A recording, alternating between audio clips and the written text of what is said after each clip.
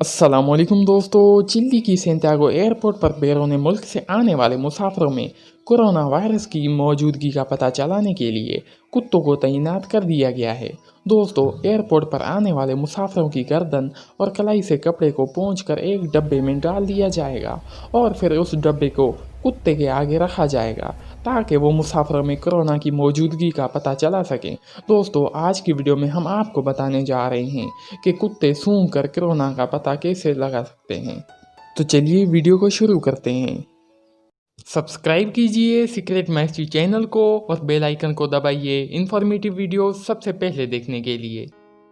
दोस्तों, जर्मन साइंसदानों ने सुराग रसां कुत्तों को उस अंदाज से तरबियत दी है कि वो किसी शख्स से लिए गए नमूने को सिर्फ सूंघ कर बता सकते हैं कि इसमें कोरोना वायरस मौजूद है या नहीं।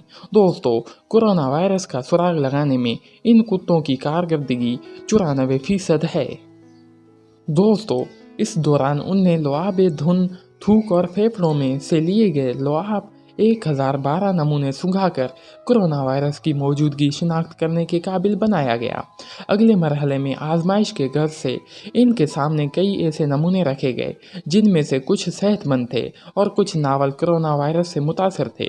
दोस्तों, खुद इस तजर्बे में शरीफ अफराद को भी इस नमूनों की असलियत के बारे में मालूम न था कि वो कोरोना वायरस से मुतासर हैं या गैर मुतासर।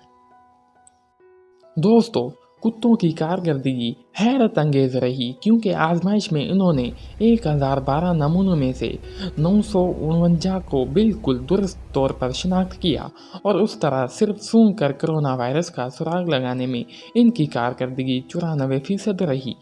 दोस्तों, कुत्तों में सूंघने की इसी हैरत अंगेज और गैर मामूली सलाहियत को मद्देनज़र रखते हुए अब तबी माहिरीन ने भी कोशिशें शुरू कर दी हैं कि इनकी मदद से कैंसर और मलेरिया समेत कई बीमारियों को भी सिर्फ सूंघ कर शिनाख्त किया जा सके, क्योंकि इससे वक्त और सरमाया दोनों की बहुत बचत होगी।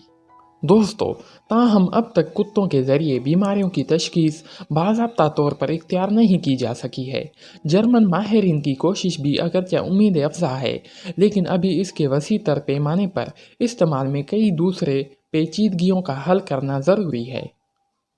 आज के लिए इतना ही दोस्तों। नेक्स्ट वीडियो के लिए अल्लाह हाफिज़।